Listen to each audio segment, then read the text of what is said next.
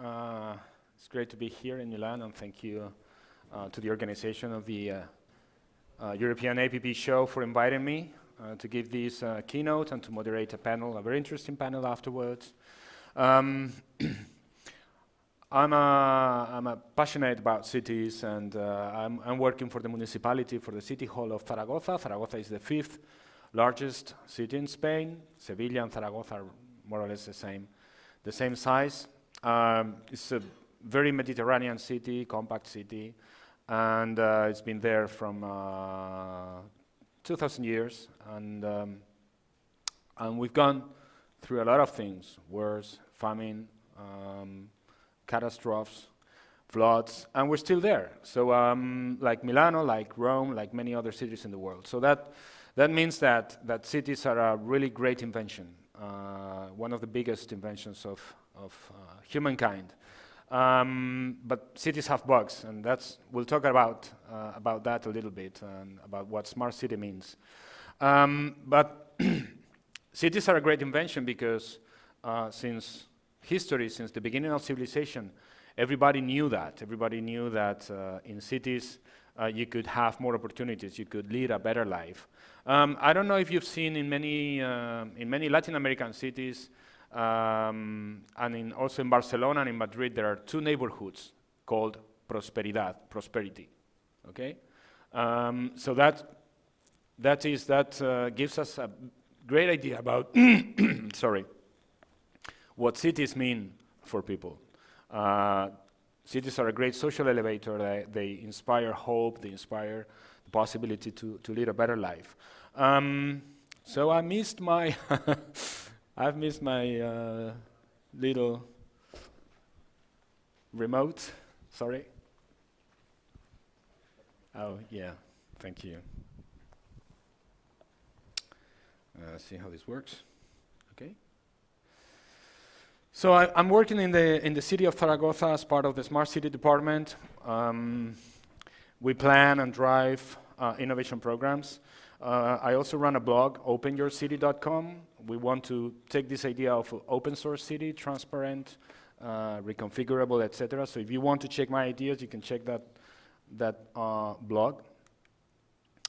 And okay. Yeah. Now, the fact that cities are a very good invention is also supported by data. It's not only in people's minds, in the many people that migrated to cities, but if you see, when we talk about KPIs, key performance indicators, there are many KPIs, but this is a big KPI. This is the life expectancy, because it encompasses a lot of things. It encompasses access to healthcare, war, literacy rate. It encompasses many things. And there is a clear relationship between the level of urbanization. You know, everyone knows that we're 50% urban world now, and that will be 70% very soon, and the level of life expectancy. After all, we humans as a species are here to last and to reproduce ourselves. So that's the basic KPI we should be looking at. And before this KPI, there are interesting properties that some urban thinkers and data scientists found. This property is called superlinear scaling. And it's something that a data scientist called Geoffrey West, that has studied many cities, especially in North America, after digging up into the data, has found. So when you move to a city twice as big, you have 15% more opportunities to have a better job, to have more friends, to have a richer social life, etc. And that is basically why people move to cities. There is another property that cities have, and I'm going to talk a little bit about urban sciences. I'm sorry for that, but then you'll see the relationship with this Congress and with digital economy. There's another interesting property, it's called negative allometry. And negative allometry means that cities, and this is a common sense, cities are very efficient. They're very efficient metabolisms. Surprisingly, this comes from biology. And I don't know if you know that elephants are much more efficient human beings than ants, for example. They consume less energy proportionally, of course. It's the same thing that happens with cities. When you concentrate people in dense cities, it's easier and it's more efficient to carry out services. People that work in municipalities and small communities know how expensive it is to deliver broadband, to deliver good transportation, to deliver medical services to cities. So this is good news because many people around the world are moving to cities, and it seems that cities are being more efficient in terms of resources, energy, waste, etc. But now there comes a problem. So everyone's moving to cities, and cities are a social escalator. And even if there are big inequalities in cities, we know situations in India, in Asia, in Africa, even in our European cities, there is these big divides and inequalities in cities. But cities are big middle class creators. They act as a social escalator, and they create the middle class. And what happens is that middle class wants to have a refrigerator, air conditioning, and we spend a lot of resources, okay? Compared to the blue whale, we're just a little bit less resource demanding than them. But we are 7.5 billion people, while there are only some thousands of blue whales in the world. So this is not sustainable. This is just not sustainable. Now, we have to find solutions for that, because otherwise everything is going to crash. So somehow cities are trapped in an innovation spiral. We need to be more innovative, and we need to innovate quicker every time. And this is how innovation has accelerated along history, exponentially, and we're there. And every month we see new things. Some of the companies that are going to be here are proposing new business models that didn't exist 2 or 3 years ago. And this is the way that we are facing those problems that, we are creating as cities. And so this is the kind of problems that the innovation that we saw in the graphics are trying to solve. Access to resources, or have been solved in the past. Access to resources, protection from insecurity, a better life, and this is the biggest challenge that we have right now, one of the biggest challenges, climate change. And so we've been finding solutions for those problems, for accessing to water, for protection, that is Luca in Italy. It's a great wall around the city. And some solutions are really smart, as that one and that one, but I don't know if these are very smart city solutions. It's up to you. So we also have to think that urban planning is really important here. We cannot fix with an app a big transportation mess. We were talking before in the coffee. You can have apps to ease your life, to facilitate your life, but in the end, if everybody is working in one place and everybody's living in the other place, you need a subway line between the two. There's no app that can solve that mess, okay? So, cities are a great invention, as I said before, but we have bugs, and that's what Smart City is all about, fixing those bugs. Now, what can we do from the municipality side? We can think, and we can think by ourselves, and thinking about the problems that we have, and we can design strategies to face the problems that our city has, not design strategies that other city or that copied other cities' strategies or other cities' problems. We can think by ourselves, and this is a digital strategy that we designed in Zaragoza, and we did it in 2002 with a big crisis, and that was our big issue. Unemployment had raised in only 2-3 years. It had tripled to 24%, and that's huge. That's a nightmare.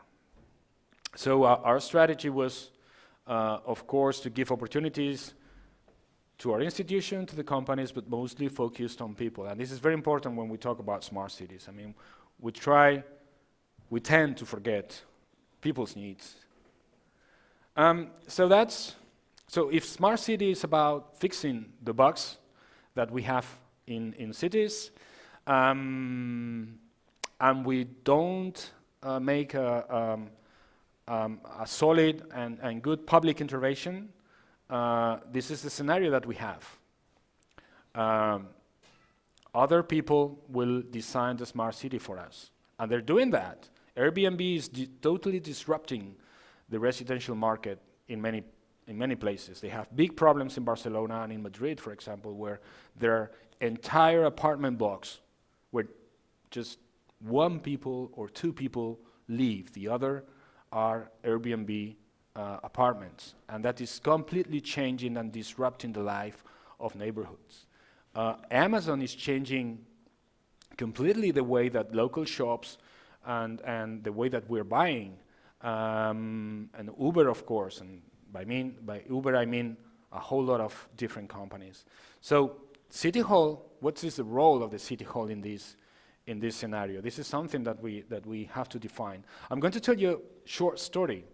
I know of a city where they created a big sensor network for traffic management. Thousands of sensors everywhere, measuring vehicles passing by, and they put this on the web page and in open data. They created apps.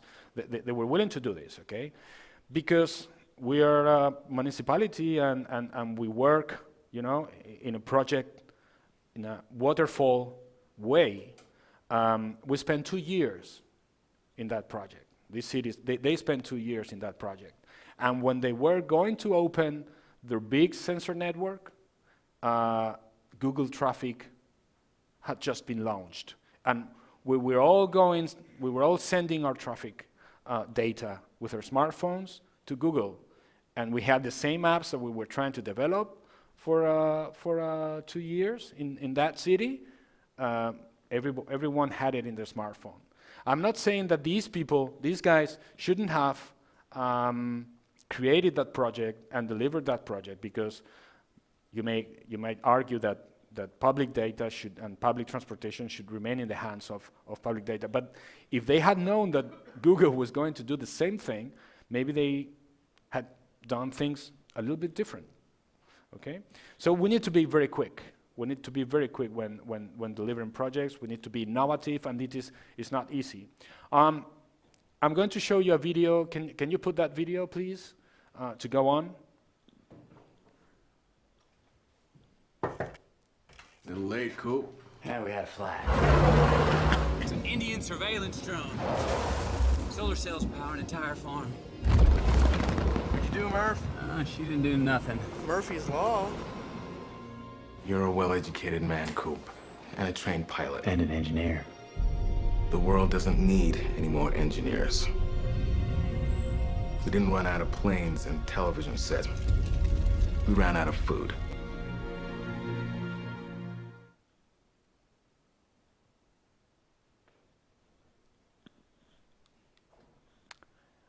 So yeah, we need to be more innovative because we have big challenges and big problems ahead. And we need to find new ways, and we need to be radically innovative, because from an engineering point of view, many of these problems don't have a solution. So we need to incorporate many other people, artists, journalists.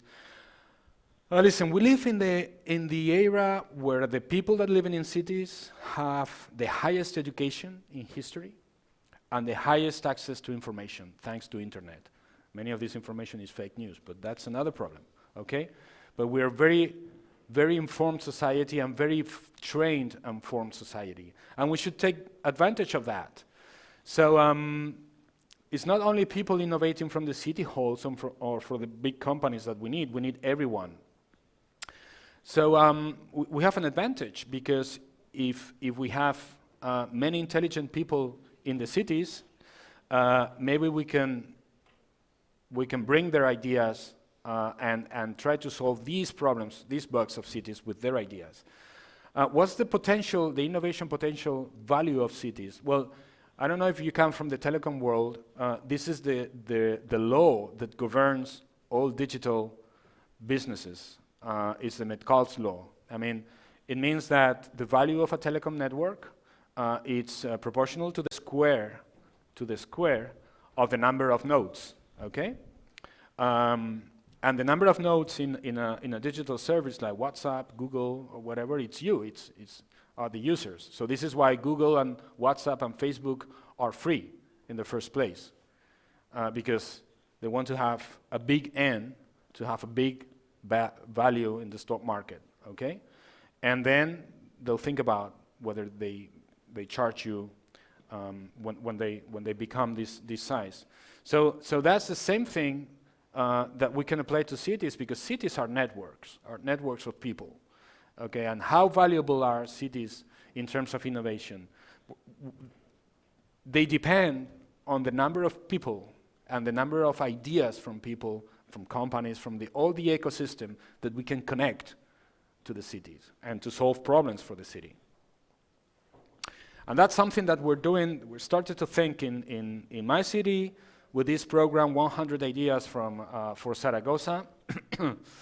Zaragoza, I don't know how do I say it in English, Zaragoza.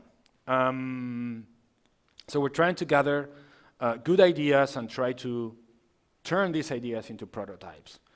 Whatever, gadgets, apps, new services, etc.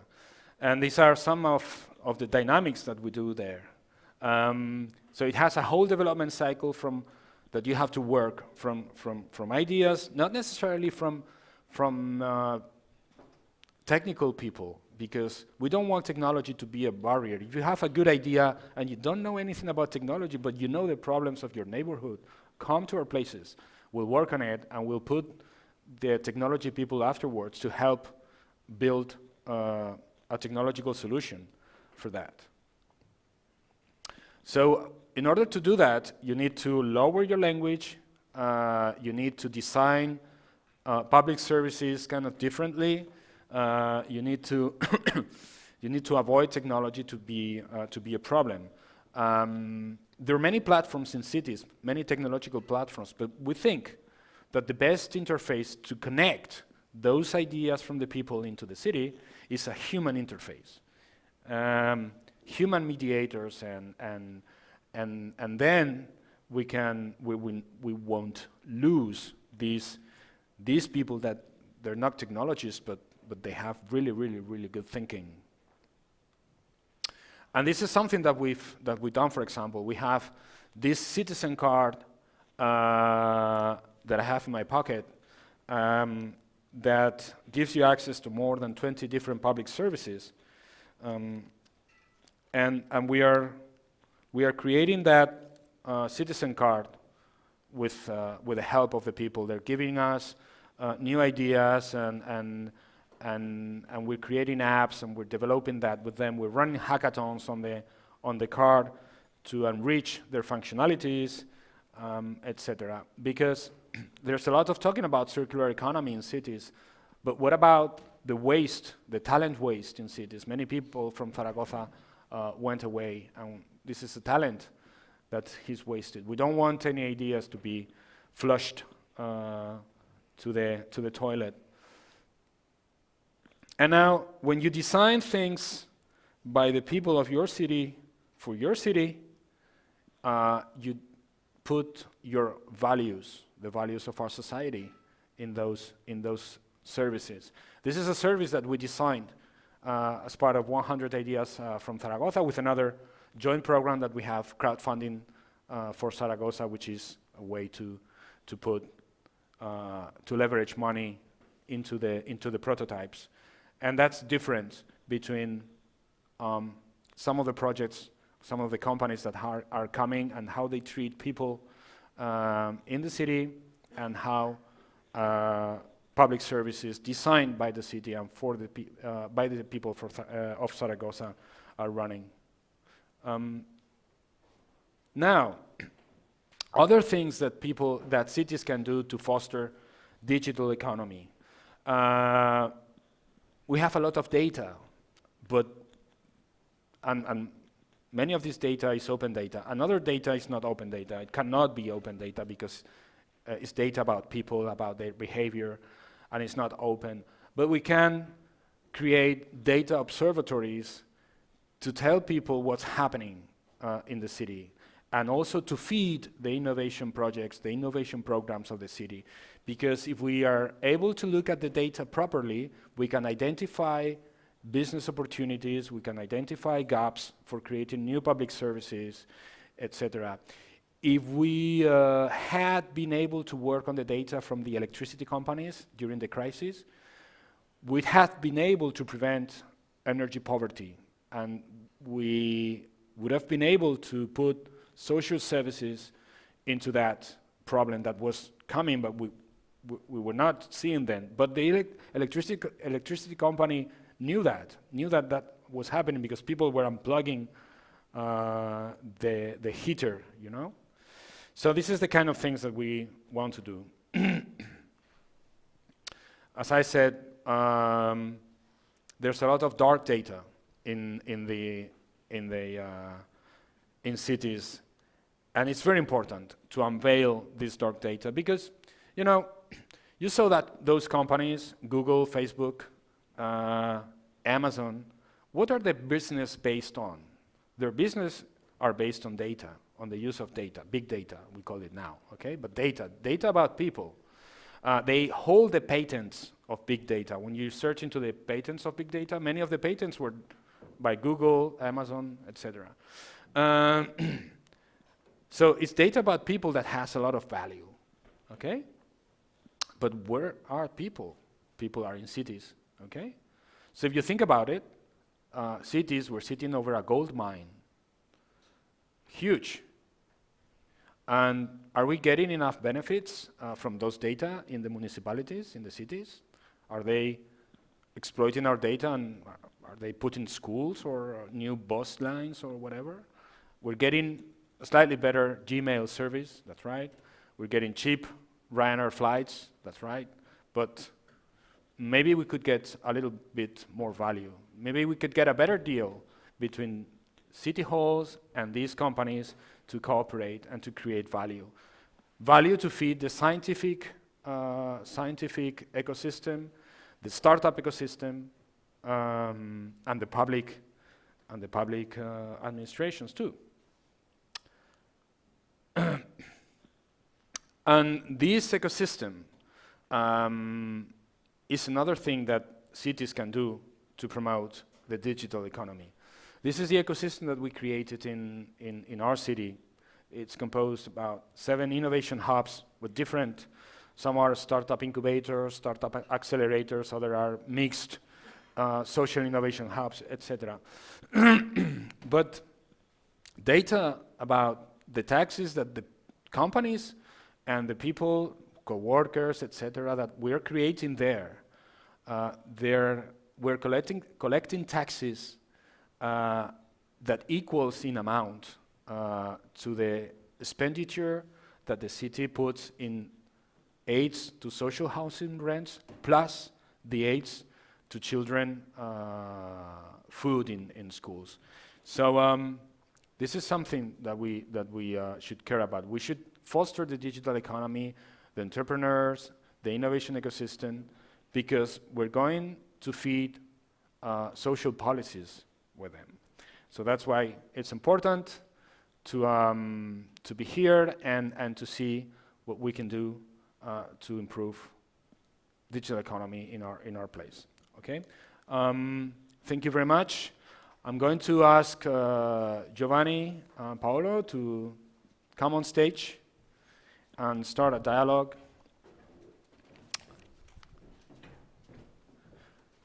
About what you guys in Milan are doing in terms of innovation. Yeah. Dr. Pillay is not coming anymore. Okay. It will be the substitute Luca Ferraris. This is what I found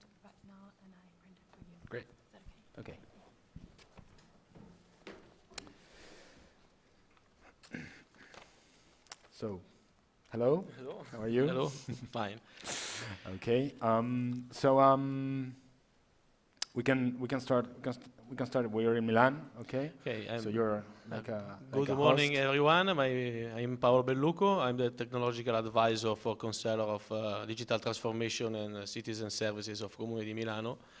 And we work on behalf of Constellar about the digital transformation project.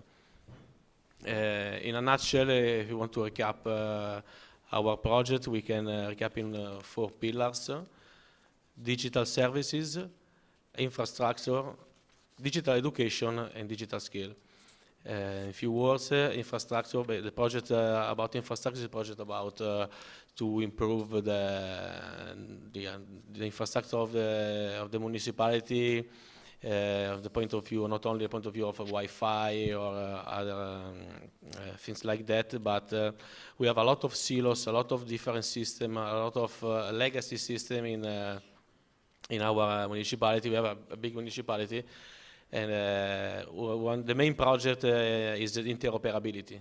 We are trying to break the silos. We are trying to break the whole mentality. We are trying to connect the entire backend of our city.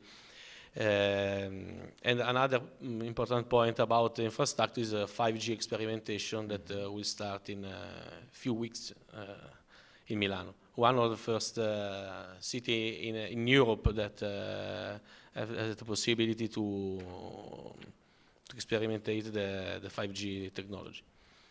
The other point, probably the most important point, because it's the front end to the citizen, is the digital services. We are trying to digitalize a lot of digital services like desk, building desk, event desk, the opportunity to obtain a certificate from online services, not on a physical desk. For example, in September, the certification from online services is around 51% of the whole certificate. So we overcome the physical desk, and we are the first PA in releasing ID, electronic ID card. Mm-hmm. That is not only ID card, but probably it will be an enabler of a lot of different digital services. Okay. Yeah, because it's a very, very strong identification now. Not before our ID, it was one of the most falsifiable ID in Europe. The other 2 pillars is about the digital education, because we need not only digital service, but we need even citizens that are able to use these services. So our effort is in education, in teaching how these services can be used by our citizens, the entire population. We don't want to follow a target 20 years from 20 to 40, 45 years, but we intend to teach a large number of citizens as we can. And the last one is digital skills. We are trying to collect idea and the energy of the people that live in Milano, and we are trying organizing a hackathon or events like that in order to collect people, not only collect data. Okay. This is for our 4 pillars. Okay. Well, thank you, Paolo. We'll come back afterwards.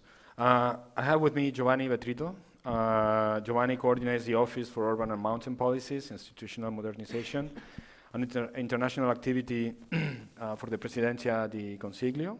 Yes. And so you do a lot of things. I mean, you work with cities and small communities. Yes. I don't know what are you working on currently? What are the projects that you feel more proud of? Yes. Currently? Good morning, everybody. I'm a Director General in the Department for Regional Affairs of the Prime Minister's Office, and I specifically work on capacity building projects.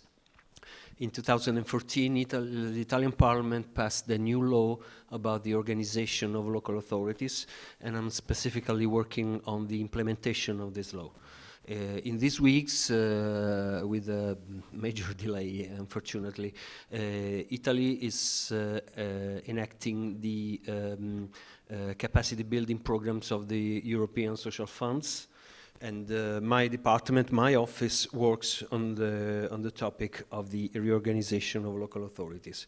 This is very important in the cities environment because of the facts that you told us. Just one specification that is very important in Italy. Italy is a very multipolar country where there are a number of medium-sized and small-sized cities that have a major role in the socioeconomic system. I always make an example that for me is very important. There is Ivrea. Ivrea is being one of the most important industrial cities during the last century. Adriano Olivetti, the electronics and the mechanicals in Italy. Well, Ivrea has only 20,000 inhabitants. It's not that big, but it's very important in terms of industrial innovation during a century in Italy. And this tells us that we need a good conceptualizations about what we have to do in Italy for the cities, and not only for the big cities, but even for the medium and small-sized cities. But there's another thing that gets the most of my time. That is the point of innovation and technology for the small municipalities, and that is very important.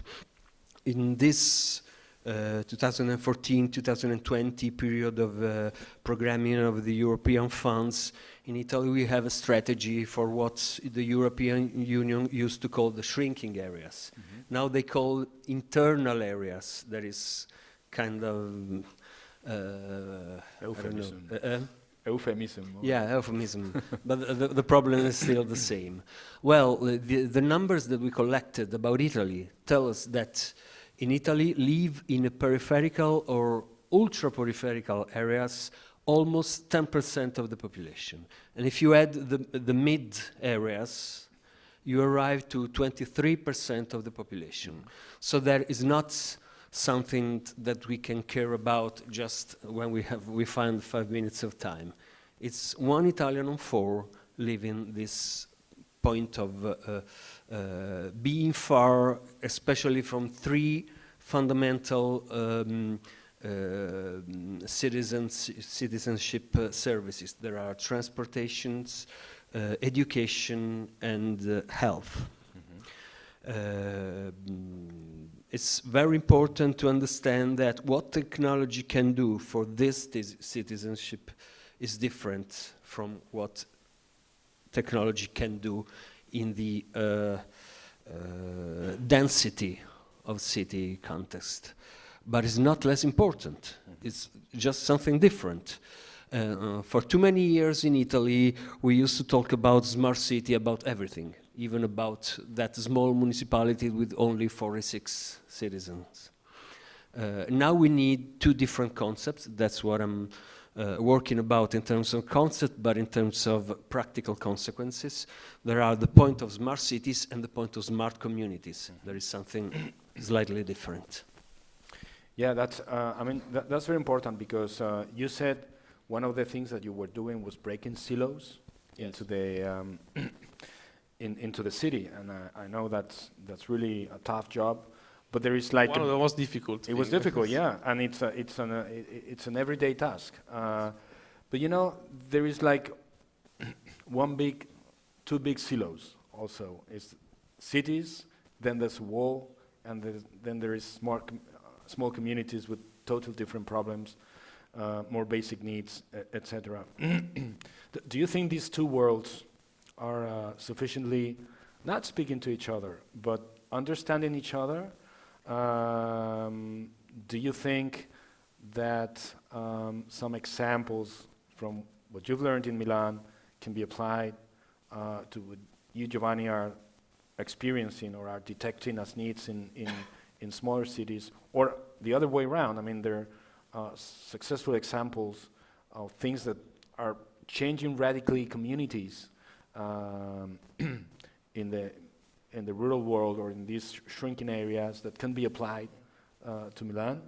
What do you think? For sure, it's very difficult because we start from different point of view, from big to small city, and different resources. Yeah.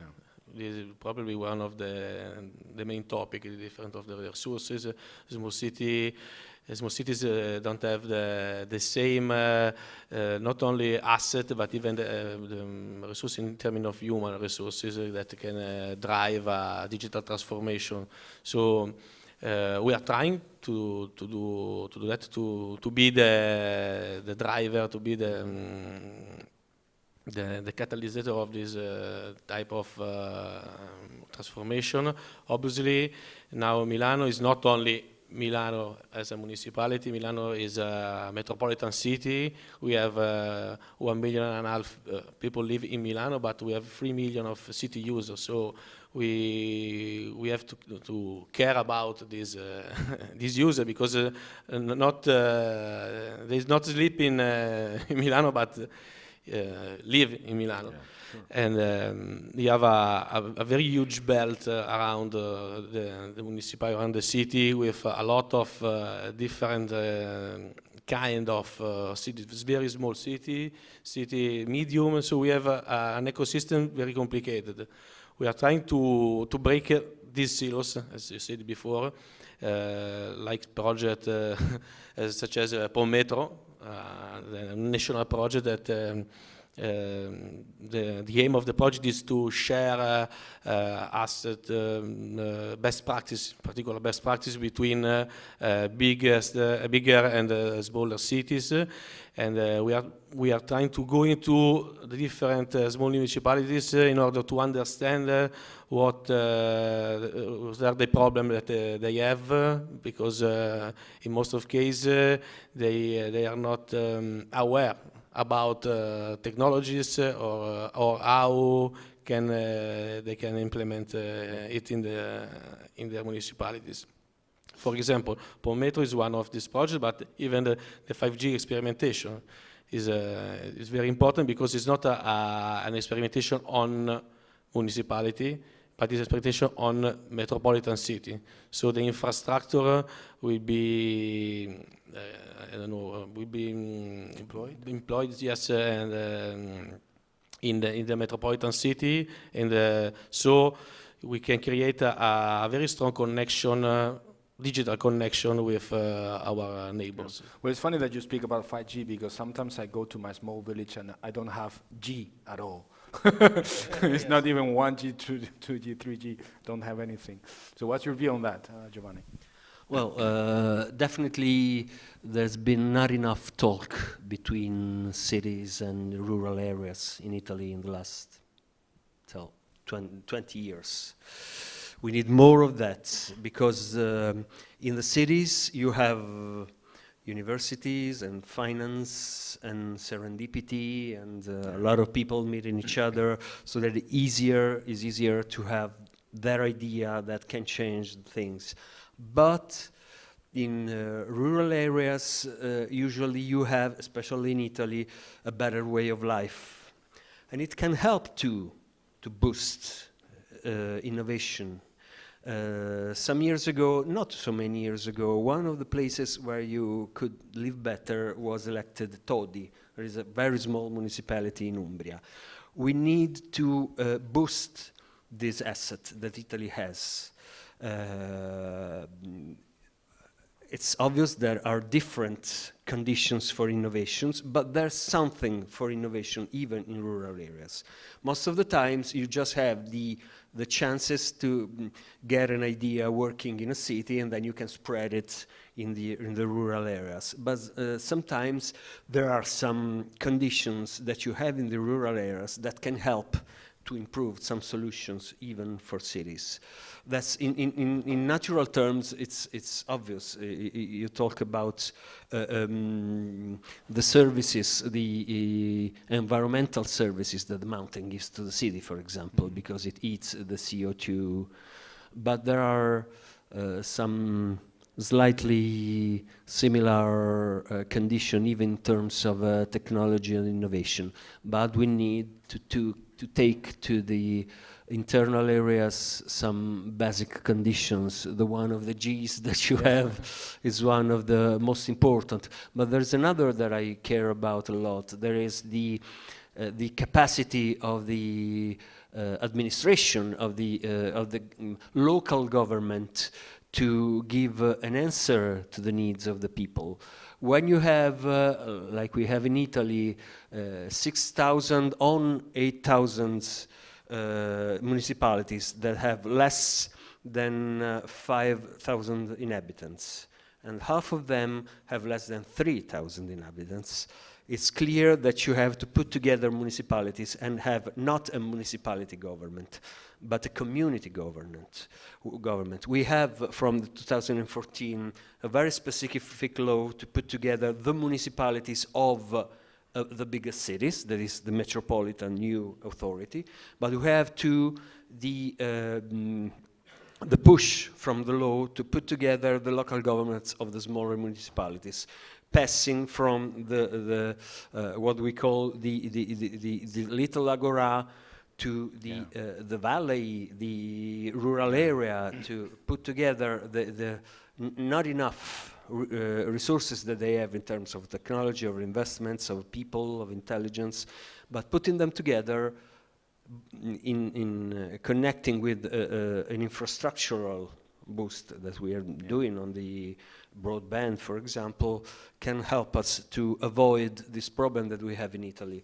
There's this brilliant economist in the OECD, he's Italian, who told us with a 15 years study that Italian most important cities are under the average level of the OECD countries in terms of GDP in the biggest cities, and in terms of new workplaces created in the biggest areas. So that escaping from the shrinking areas to come to the city is not always a good idea, because even Italian cities are not that performant. Mm-hmm. So that is very important to give people the chance to have to go on with their specific way of life in the rural areas.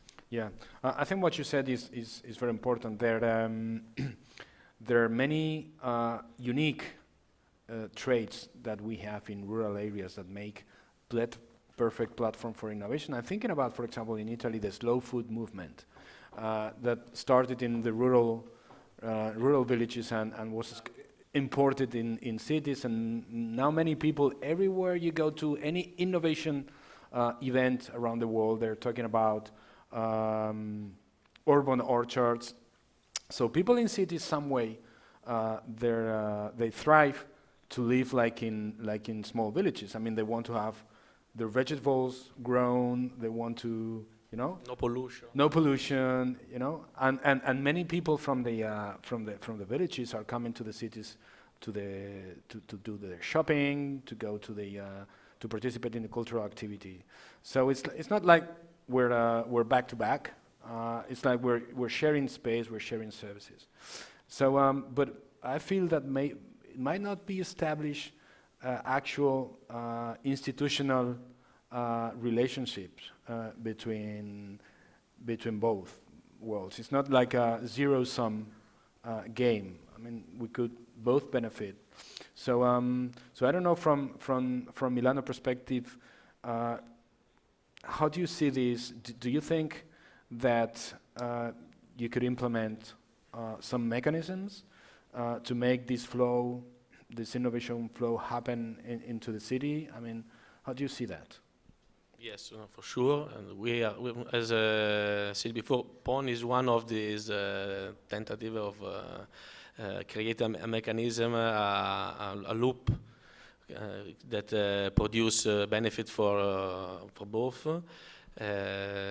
From my point of view, the difficulty is not only the technology. Technology is not a problem. Technology is the problem is the mind. We needed a change of mind at all level. Not only the administration. Obviously, the administration is the lighthouse of this change. We needed to change the mind of the people. We take in account a lot of different needs, but we want to cluster that in order to try to solve the most of. But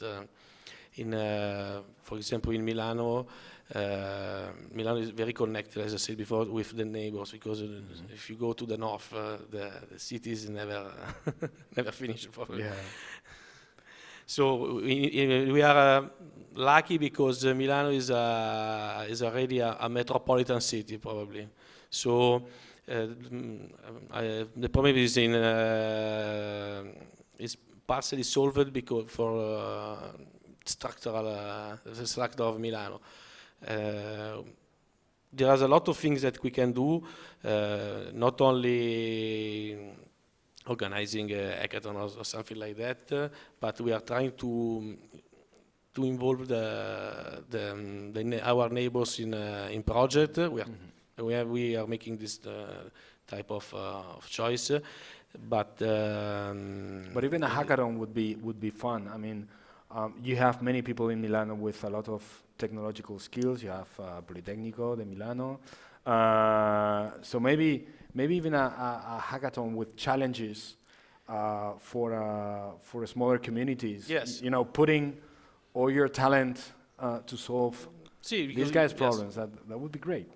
Okay, I see as a way to bring people together around the city, and we are trying to make hackathon with this type of topics. Yeah, I got questions. I know some mayors from small communities, and we've set up these startup incubators in Zaragoza, and they say, how can we replicate that model into, villages of 5,000 or 6,000 inhabitants?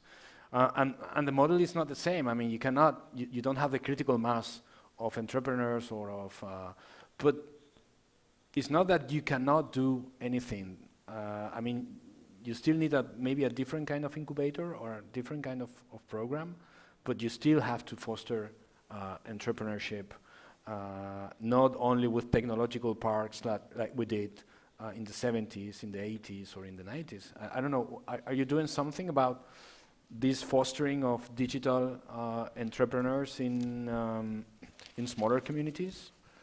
Well, we are planning to work on the step before. Okay.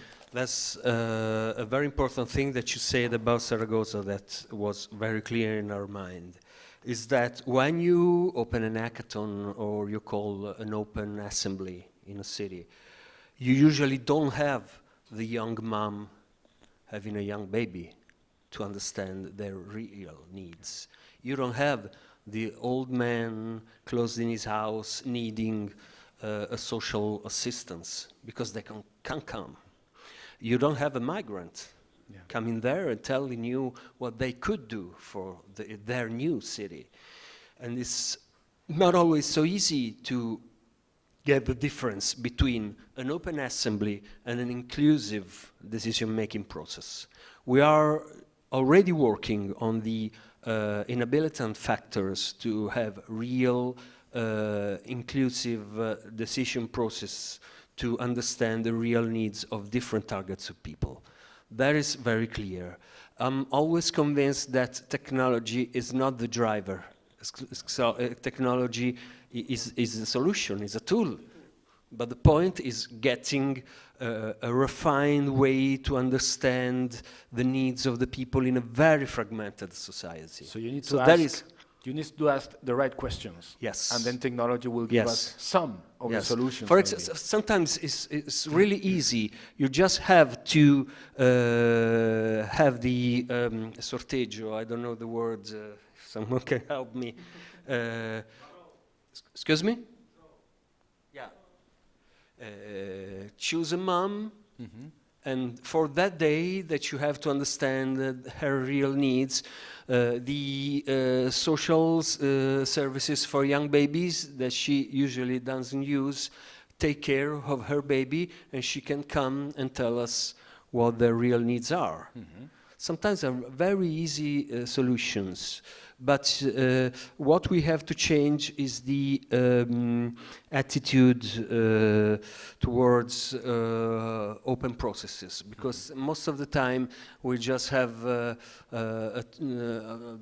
higher idea of the open assembly that sometimes is just noise, while we have to refine the way in which we can get the real opinions, but especially the real knowledge, because that is the real point. That technology enables you to use that knowledge, the dark data, the knowledge there is dispersed in the society, and you have to get the different targets of people and getting to your decision process the informations that they get in their mind.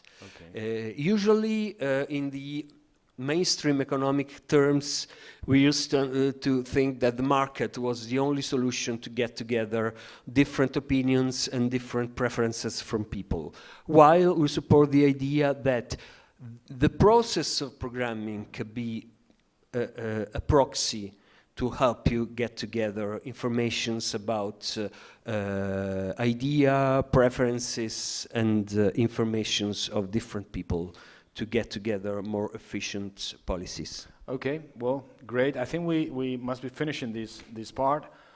Before giving the word to the public, if you have any questions, please feel free. I don't know if you have a microphone there. But I think that to sum up what you just said makes for a perfect closing, because they say it's a saying that the smarter people are not the ones that have all the answers. Our customer is everybody. Yeah, but the ones that ask the right questions, the best questions. Okay, so the smart cities and the smart communities are the ones that ask themselves the right questions, the right challenges, the right problems. And so you guys that work in the digital world, you have plenty of things to work on. So is there any question from the public? We have a little time. No? Yeah, there's one question there.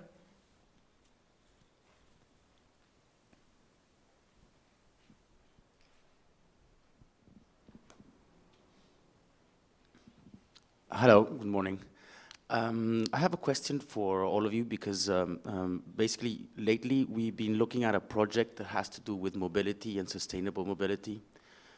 We have seen that in the community that we're doing it, there is a great digital divide due to age gap. So, we're trying to put forth a public policy that, ensures safety in the streets, more cycling, more footwork, to say the least. We're trying to, pimp up, in a way, all public services. But then you realize that most of the people who have to receive these public policies are between the age of 55 and 68. So in this particular case, how would you go forward into the communication of having them understand that this kind of policies are good for everybody? And do you have any idea of how to help unite these two groups? So maybe helping the older people in a community to support these kind of interventions. For our experience, it's difficult to include in digital transformation the older people. So, but when we speak about digital desk, event desk, online certification, the mean is not close the physical, the close the anagraph, for example, because of the physical desk. Using, for example, if the most of people use the online services, the physical desk, the physical places of the PA are more suitable for older, because it's not a crowded place, but it's a place where can follow the people in the right way. So digital is not mutually exclusive with physical or of the legacy system that we can maintain, obviously. There's just a small example that I saw in recent years in Toscana, in the mountains area. Municipalities had a good savings using technology, and they used a part of the savings for basic services like the certification, etc. And they used a little amount of this savings to pay to younger people a little fee to be the curatore tecnologico of an older man. So he just took a little money and used to take care of an older man and do things that he asked for. And at last there was anyway a savings for the community, and it worked. Just to add something, in Milano we had 300 students that helped people in the anagrafe, in the public administration office, alternanza scuola-lavoro, right to do this, to help people to know about digital, but not only digital, help the older people to make certification or other things like that. Yeah, It's enough to think simple. Yeah, If you yeah, think yeah. simple, you find simple solutions. I think that's basic, and it's a basic concept, because many times we design projects or we design technology and we try to make the user adapt to that technology, while technology should adapt actually to the users. And maybe you're not deploying technology for elderly people with smartphones. I mean, if they're used to use a card, then deploy technology around that card and let them not change their behavior because of technology, so technology can also be in the background. So we cannot leave people behind. Sure, yeah, but you know, there are physical impediments to read. So I think it's very important, the concept of design, and here in Italy you're experts in that. So design is not only design digital gadgets. Yeah, design is also to think sidewards and to put the user at the center of the design process. So yeah, any other question? No? Okay, then thank you, Giovanni and Paolo. A big applause.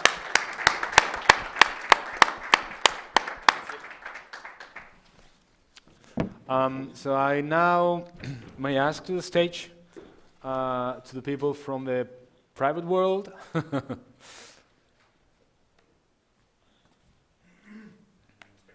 Yeah. Oops. Sorry. So take a seat. You want to sit here? I'll sit there in the chair.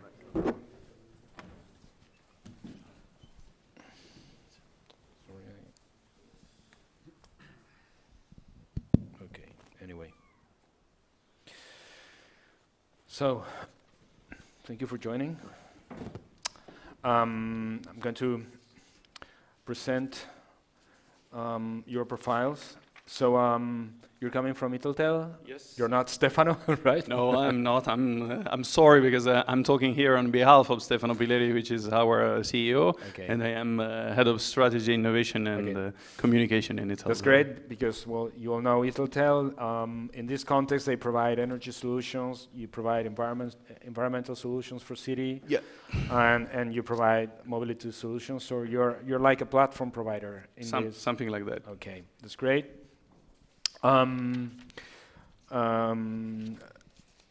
So we also have Mirko with me. So you come from what you call your product, an aggregator of mobility services. Yeah, car sharing aggregator. Car sharing Sharing aggregator. mobility. So Mirko is responsible for the South European business development activities of a company that's called Free to Move. Exactly, Free to Move, yeah. Okay, which by the way, you're a subsidiary of PSA, Peugeot. Well, we're part of the brand. We are a brand part of the group. Yeah, Okay. PSA group. I was telling Mirko that we have a big PSA plant, Peugeot plant in Zaragoza. In fact, when this plant gets a cold, we all sneeze. So so it's good to have you here, Mirko. And then we have Peter. I don't have your profile here. Yeah, I'm the country manager. Oh yeah, David. Okay, so you come from Connecthings, which is it's a French company. That you do a lot of IoT. Yeah, we are leader of public IoT. Yeah, you're a leader. Kind of smart city provider. You work with beacons, and you provide. We transform public furniture in smart points. We create services hubs in the city where you can find buses, stops to engage and to give information to the. So we have the perfect blend here because we have the sensor guy, we have the platform guy, and we have the app guy. Okay, to make our life easier from the user side. Okay. So it's up to you guys. So we're going that way if you want. So you're sensing what actually is happening in the city. So can you tell us a little bit? Well, actually, at my point, so to summarize, Connecthings is a French company, French startup. We implant beacons in the city, and actually we operate at two levels because IoT in the smart city business is on two sides. The sensor sides, so we provide indications. We give data to the city to manage the flows of tourists, to decide where augmenting the traffic of buses, to enlarge the sidewalks. Anyway, because we have data of flows in the city, and at the same time in engagement, when we can give information at the right time at the right moment to the people when they are on these spaces. So yeah, we are definitely an interlocutor because we all the data we have from these beacons we restitute it to the city, and at the same time we allow public private actors to engage with the users through their smartphones when they are in the context of the beacons, so they can receive the right information at the right time, and that's the part we can facilitate the city to the citizens. So that's really interesting to be right here with you, because actually apps can is a great opportunity to touch the citizens when they are in the city. So I'm pretty happy to be. Do you have any in mind any project that you've materialized recently that encompasses somehow, or that better sums up what you do, and so these people get an idea exactly of. Actually, I was thinking about different hubs because we are in 60 cities in the world, and in France we have many transit operators, they have included our technology in their app. So in Angers, in Caen, in Bordeaux, you can use this beacon, and you receive a push notification indicating you when is the next bus. So it's on the mobility. We have as well a bike sharing app, Vélib in Paris. This is on the mobility side. And another one which is really proud of that, it's Blind Square. Maybe you heard about that. It's the app for blind people. And in Austin, we launched a project, and it's only on iOS. And it's amazing to see how blind people use this app, because it allowed these people to move in the city, and that's really interesting. And other example is the app Dans ma rue, which is a French app, obviously, which is in Paris. It's the official app of the city of Paris, which allows all the citizens to give information of the problems they find in the city and communicate about what is the works, what there is a problem with in the parks. That's really interesting. And last app, which would be interesting to speak about, is Visit Milano. Actually, we are in Milano as well, and from 6 months we install a network of beacons, and it works with for the moment only one app, which is Visit Milano, and it allows all the tourists and Milan people, all the people who have Visit Milano in this smartphone to receive contextual notification about the church, about the events, about any monuments that are nearby this situation. So it gains. It's really interesting because it's at the cultural level as well. So we are on the mobility, we are on the touristic part, and the local commerce. So we can obviously think about possibilities to give information services regarding business, shopping, and. What about data? How? You collect a lot of data. I imagine. So you provide that data to the municipality, or? Yeah, because actually, we are a smart city provider, and the data help. It's not comprehensive. So I mean, we give some data to the city, but with this data, they can aggregate to other data and make decision. Was thinking of peak of public transport, I mean, this data,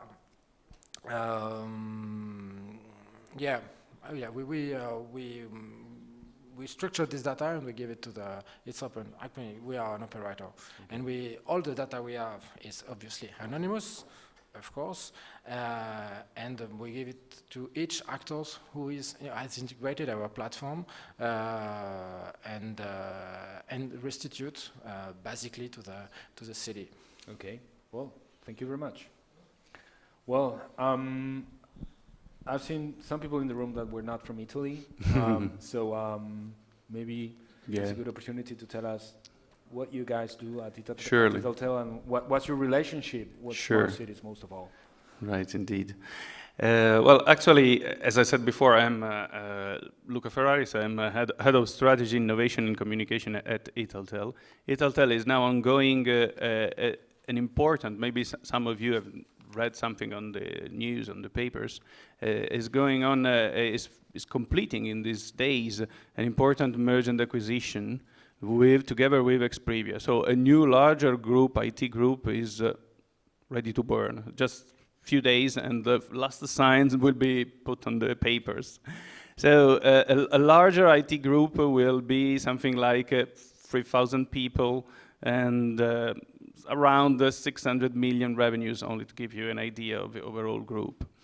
That will be so Italtel plus Exprivia. Exprivia is typically IT company coming from the south of Italy.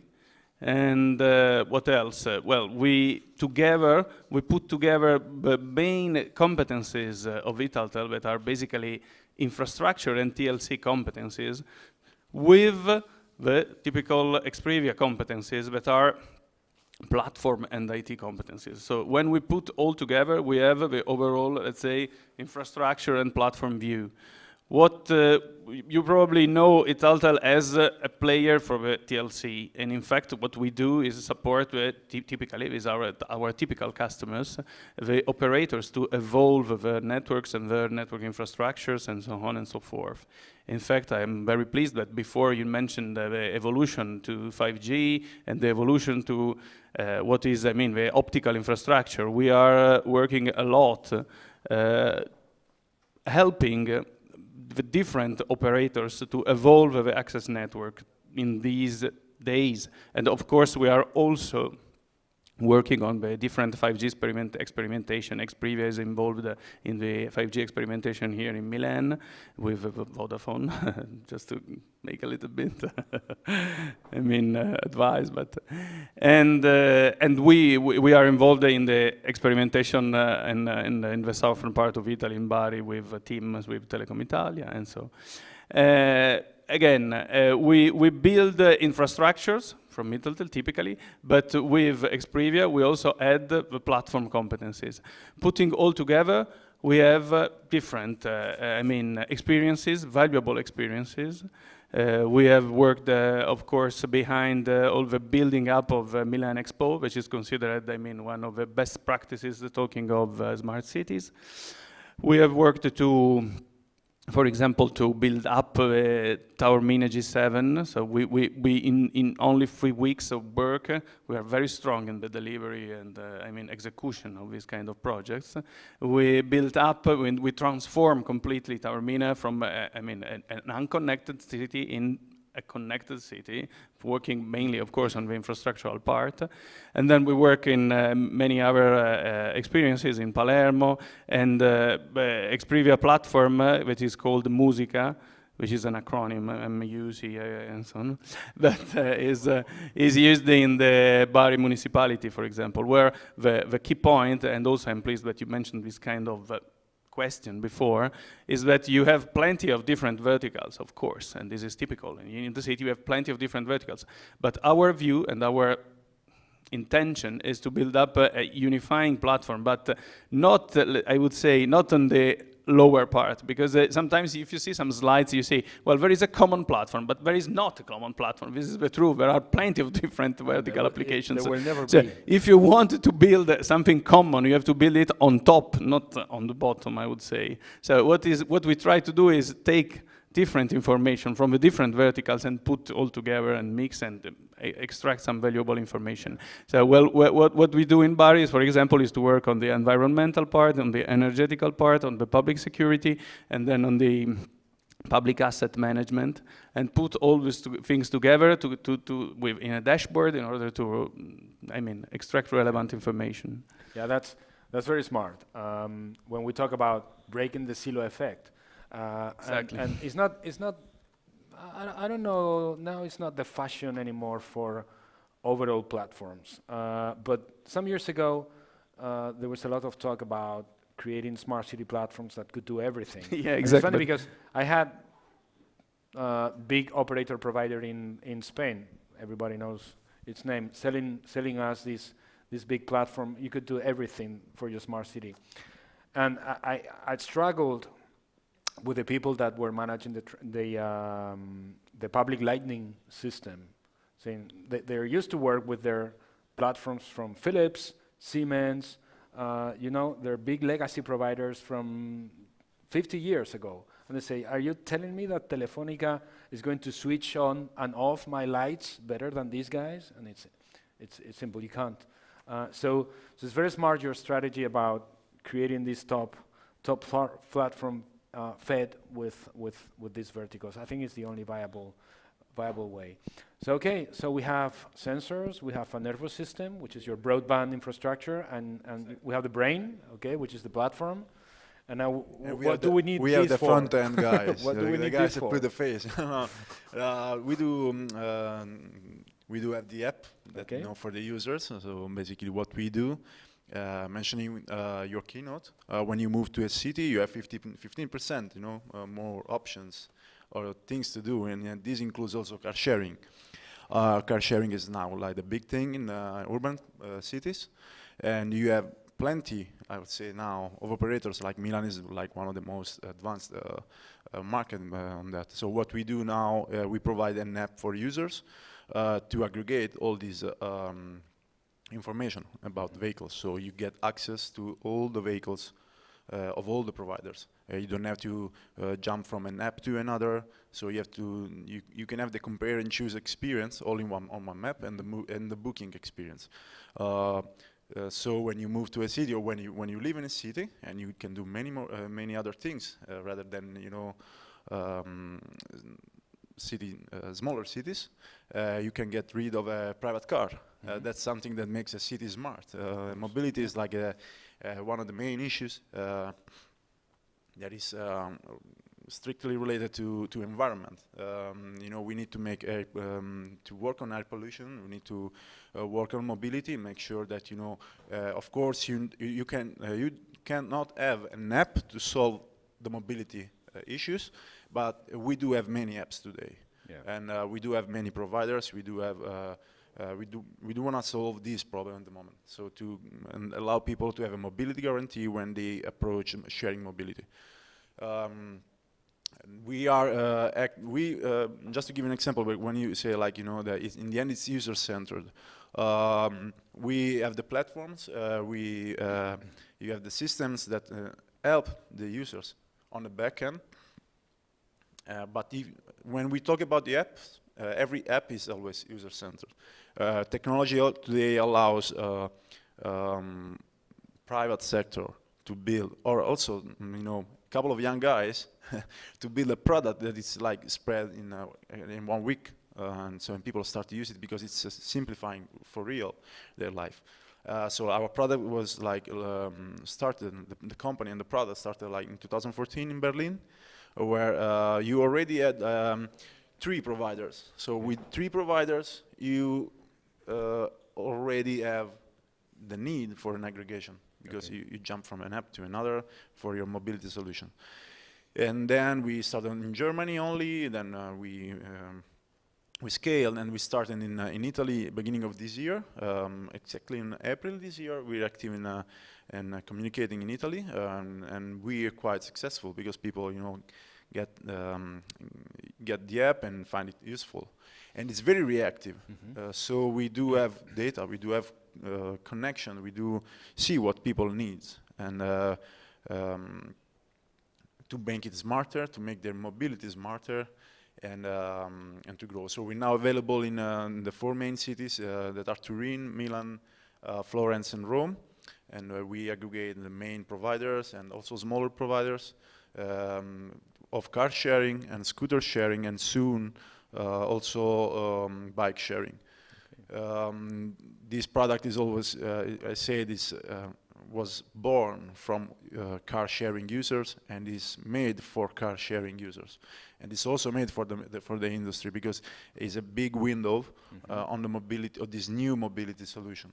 So as I said also yesterday, I've met a guy at the desk, and it was like, what's your app, what are you doing? So I was showing him what we can do, and this app, only the app showed him the whole market. So he said, oh, wow, it's so huge, and I thought it was a very, very small niche. So when we talk about smart cities, the aggregation, this kind of products, allow people to move in a smarter way and in intermodal way. That is one of the big topic when talking about smart cities and talking about cities. How people connect from a district to another, how they move a short distance, middle and long and this distance. In this way, also data are important, as we do also have aggregated data, of course, that help municipalities, that help stakeholders to take decision when planning on or reorganizing the structure, the urban mobility. One of the main the topics in organizing mobility is also the mobility hubs, for example. It's one of the, hey, we are aiming to get in the cities a mobility hub, so like train stations or hot points to be well organized to make people move easier. So we're free to move. So we need to make it. We'll come back to that point later, because you mentioned an interesting point, which is data, and I think that you're right. I mean, one of the killer apps 2 years ago or 3 years ago, it was this big boom of the apps. Okay. And we all installed a lot of apps in our mobile about the city, but I think it's mobility, one of the apps that always survive, that you don't delete, because it saves you time, it saves you money. Yeah, people always need to move and to eat, so it's one of the biggest killer apps in cities. But yeah, I think your data comment gives us to the next a good gate to the next topic, because where you guys work for the private sector, I work for the municipality as the guys before. So we're wondering about how we can cooperate a little bit better. Well, I can imagine a lot of ways to cooperate with a service provider and with you guys, but if you were asking something from the municipalities to facilitate your business, what would that be? Something from David? Whatever. I mean, we follow the. Yeah, actually, we deal with city for 10 years. Actually, and you don't say money, okay? No. I mean, we operate in 62 cities all over the world, so we are an interlocutor for city councils about smart city services. And actually, on the beacon business, there are many actors, but on the city side, well, very few actors. Actually, I have no idea of my best competitors. So yeah, the difficulty, it's really difficult to work with the city. I mean, the times to launch and to deploy the projects we have is really long. I mean, and it's the same in Italy, the same in France. Actually, it's a universal problem. Actually, so that's a point. But anyway, paradoxically, for us, it's a good point, because as we are in 60 countries, now we are the good interlocutor, and so I can go to the city and say, okay, I'm in Milan, I'm in New York, I'm in Barcelona, I'm in Paris, Amsterdam, Porto, and Nice last weeks. So we have a good situation, but the problem of time is in the innovation is another issue, because actually innovation is still. Each 6 months, each day arrives a new opportunity, and the time you launch, you're okay on one project, it arrives a new options. I mean, we are 10 years old. We start with QR code, then arrived the QFC, and now we are at the beacon. We don't know what will be the next option. And when I arrived in Connecthings, I had a meeting in Marseille Council, and we had the contract and say, okay, yeah, it's okay, we can put the stickers with QR code, and we are already ready for the beacons, which is a most interesting and most modern solution. So that's public bidding. It's a difficulty we have, but I mean, it's a universal, and you have to deal with it. So that's. But are always, and this is also a question for Luca, are always your partners the cities, or maybe you should find channels? Like, there are many public services that are delivered by utilities, utilities or private contractors. Multi-utilities. So what's your view on that? Basically, well, I would say, first of all, well, another point. As Italtel now, we lead also the technological cluster, smart city and smart communities Lombardy region. So I don't know if you are familiar with a cluster concept. That is a European concept, of course, that also in Italy we adopt.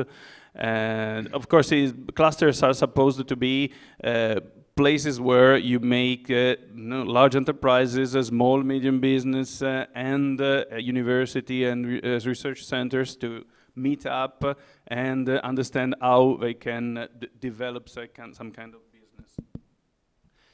Okay. Okay, this is just, I mean, a key point. We are leading this group, and of course, as leader of this group, of this cluster, we often deal with communities, I mean, cities, citizenships, and so on.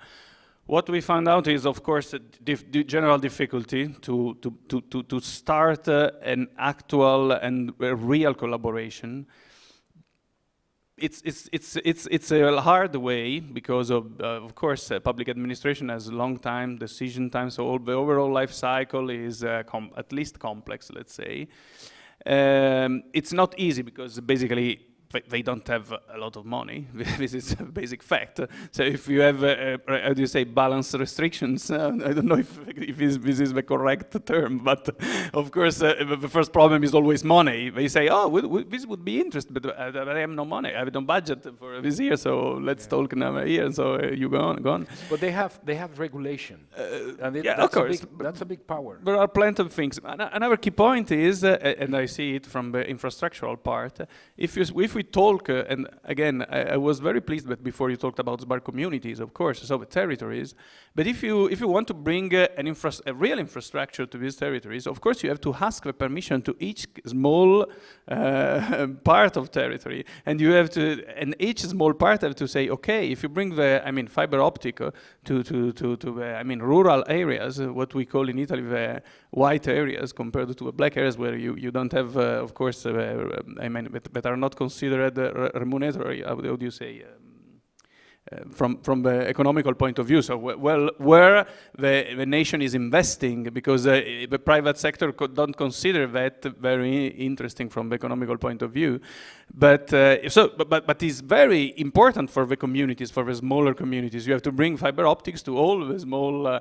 territory around the country, but then you have to ask the permission for each kind of, every 10 meters you have to ask a permission, basically, and so these, I mean, works are very, very long. It takes 10 years when you are supposed to take 6 months to build up the infrastructure.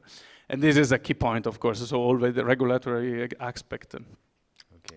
And again, what else? Of course, multi-utilities are, as I said before, very important. Because when we go to talk with these cities, they say, okay, this is important, we share with you the vision, we agree, but please go and talk with utilities because they are our, how would I say, our practical arm that is implementing our strategy. So if you want to do something, you have to talk with the utilities. And of course, this is good from one side because maybe you can be more effective, but of course it's more discretional because it's not something. It's something that multi-utilities leads on its own, and so I don't know if we can think that there is a kind of mismatch between the general vision and intentions coming from the politics and from the citizenships and the actual strategy implementation that is carried out by the multi-utilities. Okay, I remember there was a program in Spain. I think it has been replicated in Europe. It was called Startup for Cities, which was about big companies using cities as a proxy to find really crazy people, digital entrepreneurs with a lot of talent, willing to make new apps through the incubators, through hackathons, through things like that. Do you think that's something that cities can do for your companies to contact you? These sure, I have to say that this is it's definitely a good idea, and that's something that happens. I have to say, said in the beginning, that Milan is quite active in this. Most of the time, there's a good conversation about it, and I personally have met in many meetings together with other players and actors of the mobility environment on how to solve some issues. What's the idea? What they could do for us, and what we could do for them. We are quite a young company. We just started in Italy, so I didn't had to do the tough job that the guys here did. But I understand the point. It's not an easy. It's not as easy as in the private sector. Once this said, of course, there's plenty of opportunities today to get visibility, to talk to to municipalities. And be part of the change that they want to see in the city. Of course, product apps, entrepreneurs, and people from the ecosystem that is very focused on product, on technology that today, I said, allows you to solve a problem. Then have to face regulations, that have to face a digital gap. They have to face many other slide topics. But still, I believe we're going in that direction. So we're more open than yesterday. And when I say yesterday, I'm talking about the past. It's not that far in the past, but still, there's a good conversation about it. It also depends on the cities, and some municipalities have a wider and a vision forward. Some others, they have a very wide digital gap. So it also depends on who we talk to. But I truly believe that the gap between the private and public sector is getting well, you're probably coming, I don't know what's the origin of the company, but the profile of your company, I imagine starting in one of these co-working spaces or incubators around a university campus somewhere, I don't know. Yeah, well, in a small room in Berlin. Something like that. Yeah. So Berlin is the place, the city where co-working was born. It was born in a small cafe in Berlin, in I don't know the name. But I wonder that whether you guys are thinking about getting these crazy digital new entrepreneurs or co-workers somehow into your innovation project, because I mean you must be looking for the next app or for the next service to put into your platform, into your portfolio, right? And I don't know how this is changing innovation in your companies. Are you doing something in this? Yeah. If you want, I can talk something about this. In the sense that from our point of view, it's very clear that we are quite large company. Well, not so large, as I said before, because if compared to the big IT companies, we are small, but maybe compared to a startup, we are large. So we are a large, medium company. But of course, the problem of innovation, let's say the problem from our point of view, but it's a task, it's something very important, so it's a great opportunity, of course, is something that is very, very clear in our mind. So we have to innovate. And this is, I mean, we cannot go on today if you don't innovate. But clearly speaking, if you consider all the traditional model of research and development, now it's very, very difficult, and the sustainability of this model is, let's say, difficult today. So what we have in mind is really to strictly co-work with startups. And we are implementing this kind of strategy. We have dedicated a team to look up for interesting startups and build up win-win business models, joint win-win business models. Because of course we cannot invest in so many different verticals. As I said before, there is probably, I don't know, one common platform, but then there are hundreds, or at least tens of verticals. But we cannot work on each vertical, because if they are specialized on, mobility, we don't want to do their jobs. They probably do much better than us, and we should invest, I don't know, hundreds of years of development to do something similar to what they already have. So we just have to find out a way to cooperate, because it's something, it exists, it works. It has been developed by a startup. Well done. We can work together and build up an ecosystem. In fact, our intention is to build up an ecosystem where, of course, we are the larger, probably, I don't know, because it depends, of course, of relative rapport. But of course, it depends. But we are trying to build up our own ecosystem, startup ecosystem, in order to work together. And this is true for, I don't know, Industry 4.0, what is called today smart manufacturing, or smart city strategy. As I said, an example, just to give you an example, we are working with an interesting startup coming from Lombardy that is, they work on basically on lifts. So they put sensors on lifts, but they can also use these sensors to monitor the infrastructural stability of buildings.